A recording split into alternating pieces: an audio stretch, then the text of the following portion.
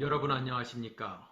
오늘은 여러분과 함께 베드로후서 2장과 3장의 내용을 함께 묵상하는 시간을 갖도록 하겠습니다.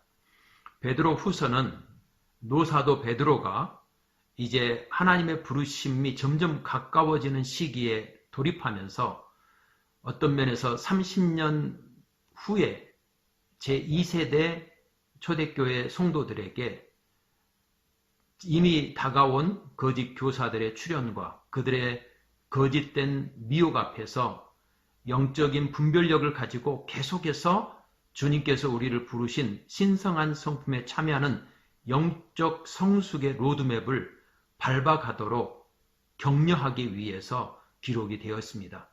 그래서 2장과 3장에서는 영적 로드맵을 이탈하게 만드는 이 거짓 교사들에 대해서 어떻게 우리가 거짓 교사들을 분별하고 또 거짓 교사들의 미혹을 넘어설 수 있는지 그 로드맵을 우리에게 제시해주고 있습니다. 사랑하는 여러분, 신성한 성품에 참여하는 영적 성숙으로 가는 길에 가장 큰 장애물과 암초가 있는데 바로 그것은 사탄입니다. 2장 4절에 보면 하나님이 범죄한 천사들을 용서치 아니하시고 이 범죄한 천사들, 바로 이것이 사탄과 그 사탄을 추종하는 타락한 천사들인 바로 귀신의 세력이죠.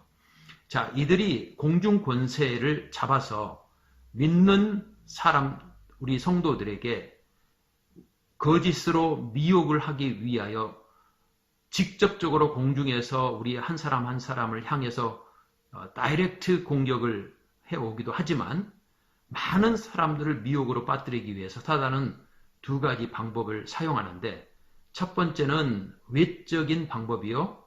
또 두 번째는 내적인 방법이라고 할 수 있습니다. 그것은 외적인 방법은 바로 우리가 살고 있는 무대인 이 세상에 흐르고 있는 문화, 또 생각, 또 모든 신념을 바로 왜곡시켜서 세상의 세속을 부추겨서 우리로 하여금 그 하나님의 말씀에서 떠나 세속을 향해 가도록 부추기는 것입니다.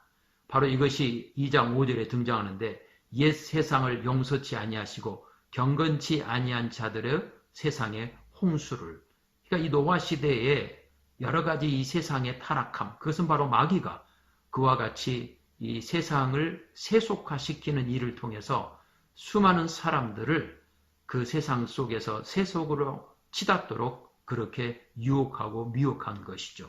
뿐만 아니라 마귀는 믿는 사람들과 믿지 않는 사람들 모두에게 그 신령 가운데 타락한 육체적 본능에 따라서 살도록 부추기는 것입니다.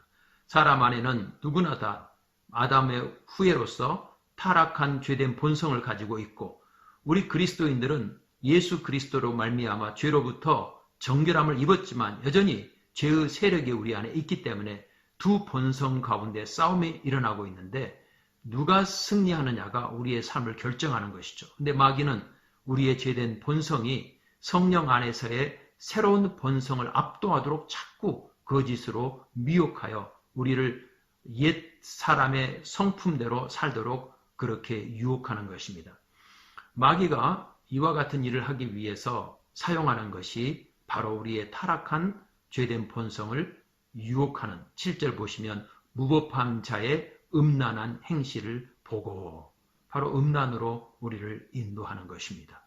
사랑하는 여러분, 마귀가 이러한 일을 하기 위해서 사용하는 두 가지 전형적인 술책이 있는데 바로 그것이 2장 1절에 등장하는 거짓 교사들이라고 하는 말의 그 거짓, 마귀는 거짓의 아비로서 거짓말을 능수능란하게 구사하는 자입니다. 그래서 성경은 그를 가리켜서 거짓말 장애의 아비다. 그래서 그가 사용하는 것은 항상 속임수, 기만, 이것을 통해서 우리를 거짓으로 인도하는 것이죠.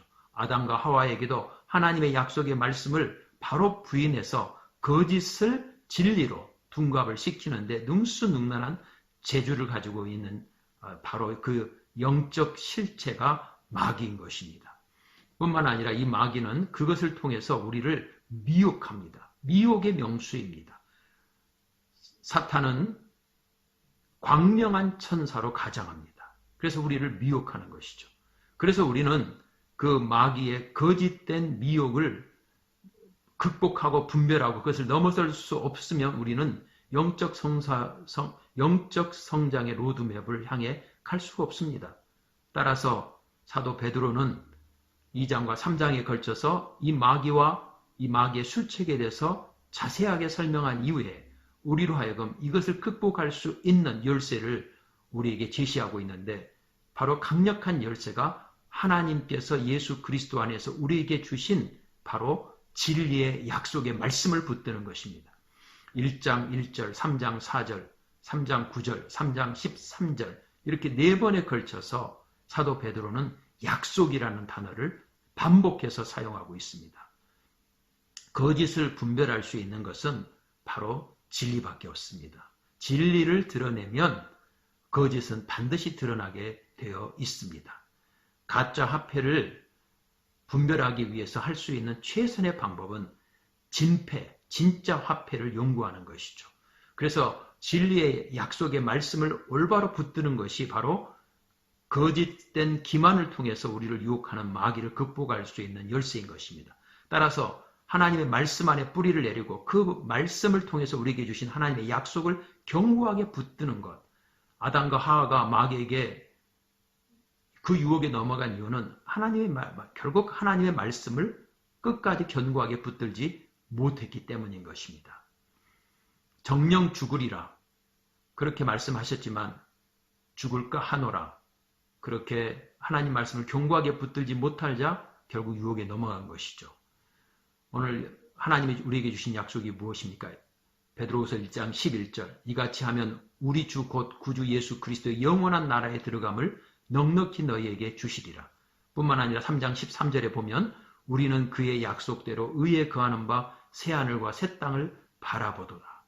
우리는 새하늘과 새 땅, 예수 그리스도의 영원한 나라, 그 나라가 반드시 존재하고 그 나라가 가까이 오고 있다는 사실을 붙들고 그 나라의 주역이 되기 위해서 우리는 진리의 약속의 말씀을 견고하게 붙들어야 되는 것입니다. 자, 그렇게 하기 위해서 사도 베드로는 베드로후서 3장에서 4가지 그 약속을 어떻게 해야 되는지 설명하는데, 첫 번째 그 약속을 3장 3절 첫 번째 그 약속을 알아야 합니다.